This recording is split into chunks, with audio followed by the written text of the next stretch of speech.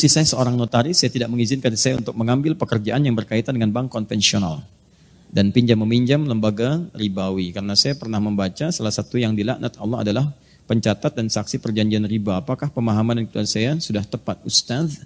Tayyib. Dan saya kira ini mewakili sebagian dari kegelisahan teman-teman yang mungkin bisa kita diskusikan pada malam hari ini. Baik, pertama, riba itu jelas dilarang. Ayat-ayat dan hadis-hadis tentang riba itu kuat menunjukkan larangan pada pekerjaan yang dimaksudkan. Alhamdulillah. Sebentar. Hadis Muslim hadis 1402 juga 1389. Man dalla ala khairin falau ajruhu mithla ajri fa'ilihi min ghairi an yankusa min ajri syai'. Siapa yang menunjukkan, memfasilitasi, membantu pada kebaikan, dia akan mendapat pahala yang sama dengan yang mengerjakan tanpa dikurangi sedikit pun. Ya, Masya Allah. Mudah-mudahan pahala yang menghapus sama dengan menulis ya. Baik. Ya, sementara saya tidak menulis dulu, fokus ini. Tahan. Pertama, ayat-ayat dan hadis yang berbicara tentang riba, semua sepakat menuju pada satu kesimpulan yang sama. Haram riba. Ya, kalau bicara tentang riba jelas haram. Quran surah kedua misalnya Al-Baqarah ayat 275. Paling kanan sebelah atas.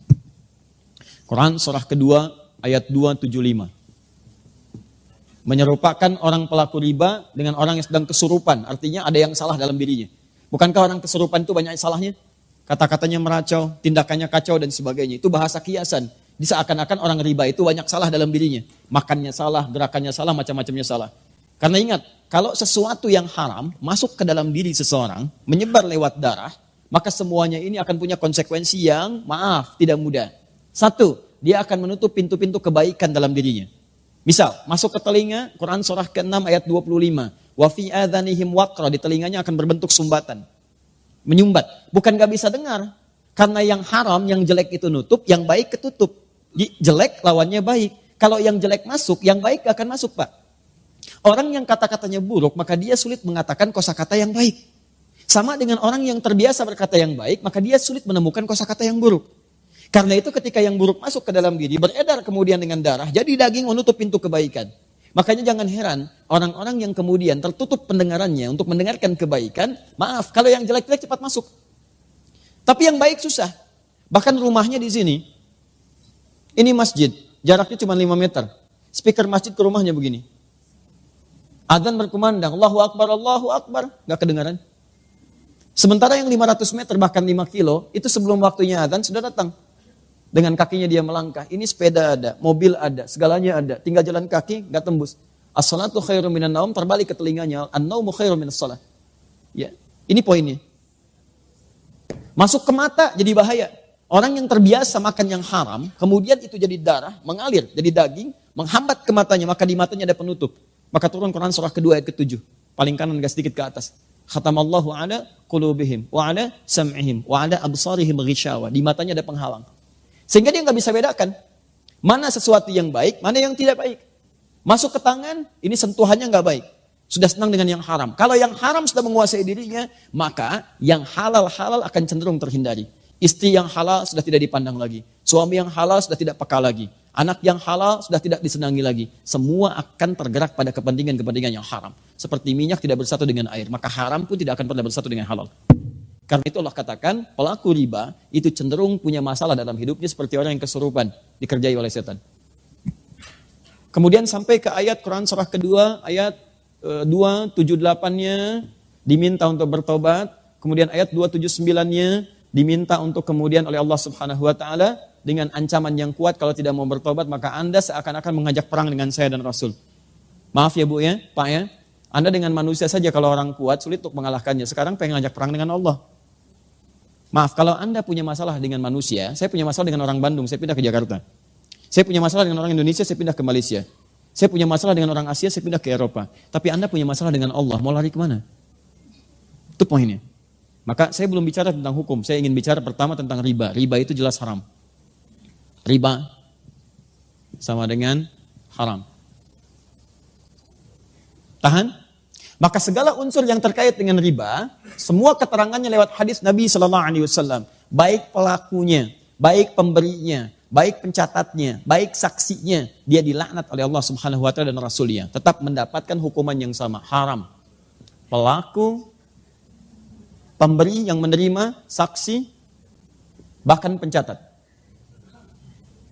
fasilitator. Awas, saya belum bicara tentang profesi, saya bicara tentang riba. Jadi kalau ada orang mengerjakan kemudian riba, ya, bahkan saat ada alternatif yang lain dia paksakan untuk mengerjakan riba, maka dia masuk dalam kategori ini. Haram sama dengan dosa. Laknat, kalau sudah ada laknat, resikonya tidak mudah. Laknat itu resikonya paling dahsyat itu neraka jahanam. Baik, ibu tahu neraka yang paling ringan? Tadi kalau Bapak baca Quran, naik sedikit ke ayat 56 ya, An-Nisa 56 itu neraka yang paling ringan. Paling kanan sebelah atas. Innal ladzina kafaru bi ayatina sawfa nuslihim nara. Orang-orang yang sulit diingatkan oleh kami melakukan dosa-dosa, tapi dosanya yang standar, yang biasa-biasa, itu dosa juga. Kemudian dia kerjakan itu melewati amal solehnya kemudian turun, amal salahnya naik. Masuk dia ke neraka yang paling ringan, sawfa nuslihim nara. Kami tarik ubun-ubunnya. Nusli itu dicelupkan seperti bikin teh celup. Pernah bikin teh celup? Ya nanti coba ke ruang makan, ambil celupan, masukkan. Teh celup itu kan celupkan, angkat ya. Nah, nanti ada orang ditarik ubun-ubunnya dicelupkan ke neraka. Kullama nadijat juluduhum, setiap dicelupkan hancur semua tubuh dan kulit-kulitnya. Kenapa kulitnya disebutkan? Karena kulit indera perasa yang paling kuat. Jadi kalau ada orang dipukul kena kulit atau dicambuk kena kulit, cambukan pertama pasti sakit luar biasa. Karena kulitnya masih ada. Selanjutnya cambuk. Ketika mengelupas akan berkurang rasa sakitnya. Makanya kata Allah, ketika kami celupkan hancur dengan kulitnya, kemudian baddalnahum juludan ghairaha, kami angkat, kami sembuhkan lagi sehingga kulitnya tumbuh lagi. Liyadzuqul adzab, supaya merasakan azab seperti serupa tadi. Tidak berkurang sakitnya. Itu sekali celup, Pak, satu harinya sama dengan 1000 tahun. Satu detiknya sama dengan 48 hari. Kalau mau coba silakan aja. Ini yang paling ringan. Nah, orang yang dilaknat oleh Allah, itu muara paling dahsyatnya jahanam. Neraka jahanam. Dari mana taunya? Buka Quran misalnya, teman-teman sekalian, An-Nisa, Quran surah keempat, dari ayat 92 sampai 93. Begitu masuk 93, Allah menerangkan tentang pembunuhan berencana. Lihat kalimatnya. Wa may yaqtul mu'minan muta'ammida. Siapa yang sengaja merencanakan pembunuhan, apalagi kemudian menimpa satu orang beriman, fajaza'uhu jahannam, maka balasannya neraka jahanam. Perhatikan, wa ghadiballahu alaihi, Allah murka kepadanya, wa la'anahu, dan dilaknat oleh Allah. Laknat disandingkan dengan neraka jahanam di ayat ini. Ya, jangan lihat contoh kasus pembunuhannya. Lihat kemudian pengertian hukumannya. Kata Allah, masuk neraka jahanam, kemudian dibenci oleh Allah, dimurkai, kemudian mendapatkan laknat. Di laknat itu ketika turun dari Allah, maka muaranya bersamaan dengan neraka jahanam. Lihat persamaannya. Nah, sekarang dalam kasus riba ini, orang yang sengaja mengerjakan riba, maka akan dilaknat oleh Allah. Maka saat kembali kemudian kepada Allah, kalau dia tidak bertobat, maka muaranya neraka jahanam. Karena itu hati-hati kalau Anda ikut taklim dan sebagainya, mengajak kepada melukai orang lain, apalagi sampai kemudian mengeksekusi orang, bom sana, bom sini, awas dengan ketentuan yang menyalahi syariat, maka hati-hati. Tidak ada satupun orang beriman yang bercita-cita masuk neraka jahanam. Saya saat terjadi bom di Jalan Tamrin itu, Bu, saya sedang di Lampung, Pak. Kejadian langsung saya ditanya, Ustadz, apakah bom di Jalan Tamrin termasuk jihad fisabilillah? Saya jawab, Pak, sependek pengetahuan saya, jihad fisabilillah itu jihad di jalan Allah, bukan di Jalan Tamrin.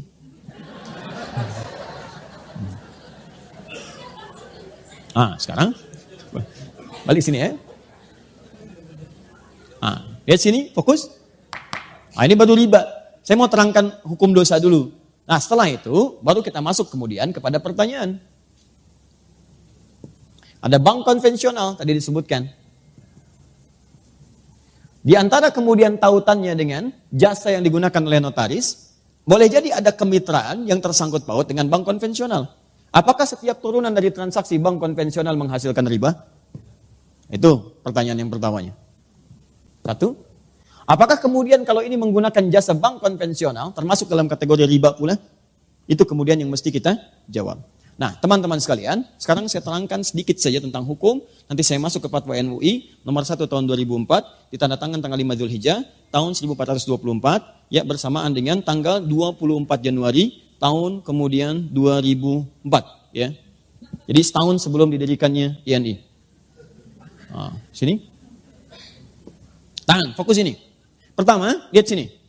Riba sama dengan haram. Haram itu hukum, ada 5 hukum dalam Islam di usul fikih. 1 haram, 2 kemudian ada halal, ketiga ada mubah, keempat ada sunnah, kelima ada makruh. Baik, hukum ini akan selalu terkait berkelindan dengan perbuatan, bukan barang. Ingat, perbuatan. Setiap ada perbuatan, maka melekat hukum di dalamnya. Hukum sama dengan perbuatan. Ingat ya, bukan barang ya, bukan barang. Jadi semacam istilah uang haram, sebetulnya bukan uang yang haram. Tapi perbuatan yang menjadikan uang itu sulit untuk digunakan pada aspek-aspek yang baik. Nah sekarang, kaidah selanjutnya, fokus perbuatan ini akan terkait berkelindan dengan sebab. Dalam usul fikih disebut dengan illat namanya. Kaidahnya berbunyi, gak usah dihafal, yang penting paham. Al-hukmu yaduru ma'a illatihi. Al-hukmu yaduru ma'a illatihi. Hukum itu terkait dengan perbuatan yang terkait berkelindan dengan sebabnya. Apa sebab perbuatan itu yang menyebabkan ia dihukumi dengan 5 hukum tadi? Tahan. Ya, sampai sini gak apa-apa, masih remang-remang, gak ada masalah. Hukum terkait dengan perbuatan. Perbuatan terkait dengan sebab. Yang menyebabkan hukum turun, ini sebabnya. Apa sebab motivasi perbuatannya? Nah sebab ini cukup menarik dalam tinjauan hukum Islam. Bahkan yang pasti halalnya pun itu bisa berubah jadi haram karena sebabnya. Seperti yang haram pasti pun itu bisa berubah menjadi halal karena sebabnya. Contoh, sholat. Sholat itu halal atau haram? Sholat, bahkan wajib. Hukumnya wajib, halal bahkan wajib. Wajib dikerjakan. Tapi ternyata yang wajib ini bisa menjadi haram dikerjakan saat ada sebab tertentu yang mengiringi penunaiannya. Contoh, sholat dengan ria. Ria itu pengen dilihat orang. Orang sholat harusnya dilihat Allah. Dia sholat motivasinya pengen dilihat orang. Sebab dia sholat ke masjid itu karena pengen dilihat orang, bukan pengen sholatnya. Maka turun ayat, fawailul lil musallin, celaka orang sholat, disebut celaka. Jadi Anda bayangkan, yang sholat aja ada peluang celaka, apalagi yang gak sholat. Nah siapa yang sholat ini? Bukan semua orang sholat. Alladzina hum an sholatihim sahun. Yang lalai dalam sholatnya. Siapa orang lalai ini? Alladzina hum yura'un, yang ria. Sholat yang hukumnya wajib, itu bisa berubah haram ketika dikerjakan dalam konteks ria dalam mengerjakannya. Paham? Nah, saya tanya lagi, ada hewan yang hukumnya haram. Apa diantaranya? Baik, babi. Hewan itu haram, diharamkan misalnya. Babi, hukumnya haram. Jelas haramnya. Tapi ada sebab tertentu yang menjadikan babi itu bisa berubah kemudian menjadi halal dalam sementara waktu. Bukan selamanya. Contoh, Anda misalnya ada tugas, kemudian penelitian, sampai studi banding ke Cina. Daratan yang paling jauh. Masuk ke wilayah yang terpencil, tiba-tiba gak ketemu hewan yang halal. Ayam gak ada, yang mukillah. Kambing gak ada, sapi gak ada, yang ada cuma babi. Sehari tahan, 2 hari, 3 hari sudah mulai lapar dan kelaparan. Dalam posisi demikian, apakah boleh makan babi, Bu? Tidak, besar begitu babi. Tidak bisa. Yang boleh makan daging babi, setelah itu dipotong dulu, dimasak dulu. Babi kan besar, bagaimana bisa dimakan? Ya. Nah, lihat sini. Tahan. Fokus ini. Jadi, ambil sebagian dagingnya, kemudian dia mulai dibersihkan, dia dimasak dengan baik dan sebagainya. Dan di saat itu, dia menjadi halal. Lihat, halal untuk dimakan, untuk menutupi rasa lapar saja, bukan untuk dinikmati. Bukan untuk dinikmati. Ya, jadi sifatnya sementara. Perhatikan baik-baik ya. Semua yang berhukum tetap ketika ada sebab tertentu pasti sementara sifatnya. Ya, ini siap, lihat baik-baik. Ini hukumnya haram. Karena ada sebab tertentu, maka dia sementara menjadi halal. Sampai hilang sebabnya itu. Begitu Anda kemudian menemukan ayam, maka babi sudah tidak halal lagi. Tinggalkan babi. Sekarang yang dimakan apa? Bukan ayam besar begitu, daging ayam yang dimakan.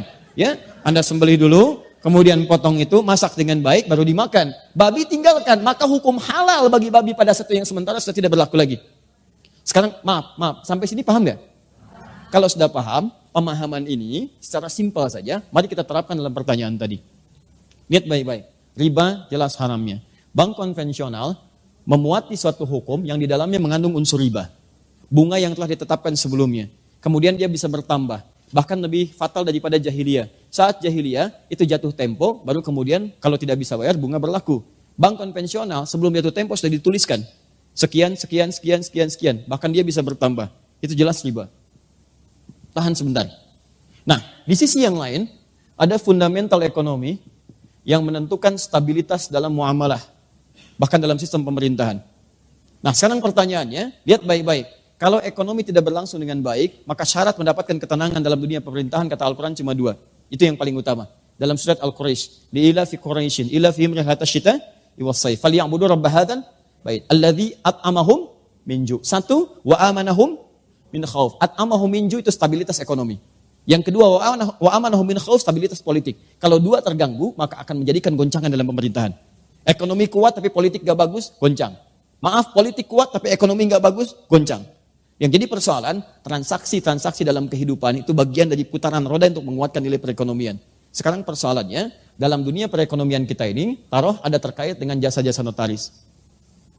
Maka digunakanlah kemudian kemitraan dengan bank. Pertanyaannya, bagaimana ketika saya menggunakan hukum ini sementara di dalamnya ada riba? Maka semua ulama sepakat, termasuk dalam Fatwa Ulama nomor 1 tahun 2004 dari Majelis Ulama Indonesia, kalau dalam lingkar pekerjaan itu ada bank yang masih menggunakan nilai-nilai syariat, bank syariah dengan konsep syariah yang benar, ya dengan turunan-turunan yang benar, maka jelas solusinya. Ini yang digunakan sebagai fasilitator dan haram menggunakan yang ini.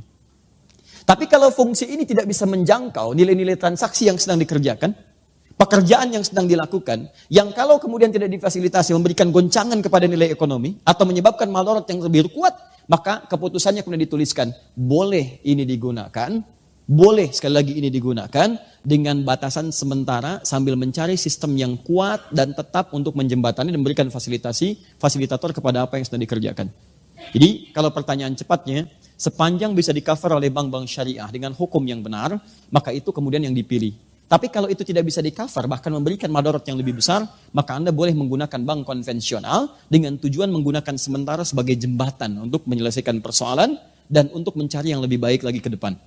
Bahkan sekarang ada formulasi yang bagus. Saya sudah bertemu dengan beberapa pejabat bank di konvensional untuk mengarahkan pada nilai-nilai syariah. Walaupun akadnya kemudian teman-teman sekalian dibentuk dengan form-form yang sifatnya konvensional. Tapi nilainya bisa ditawar di situ. Misal, ada teman-teman yang ingin membuka tempat hunian. Dia mau bikin KPR. Ya, ke bank syariah, marginnya terlampau tinggi.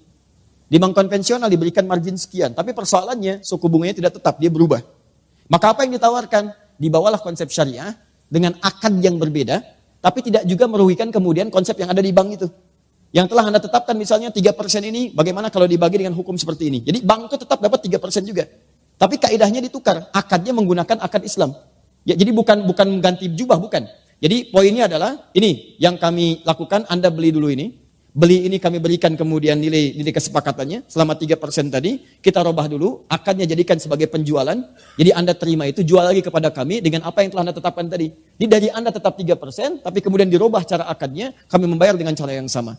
Dan tidak terjadi penambahan nanti, ketika jatuh tempo tidak bisa bayar, konsekuensinya Anda kemudian berkomunikasi dengan teman-teman Anda, saling menutupi. Supaya kemudian tidak terjadi tambahan-tambahan yang hadir atau menjadi tuntutan dari pihak bank untuk menagihnya.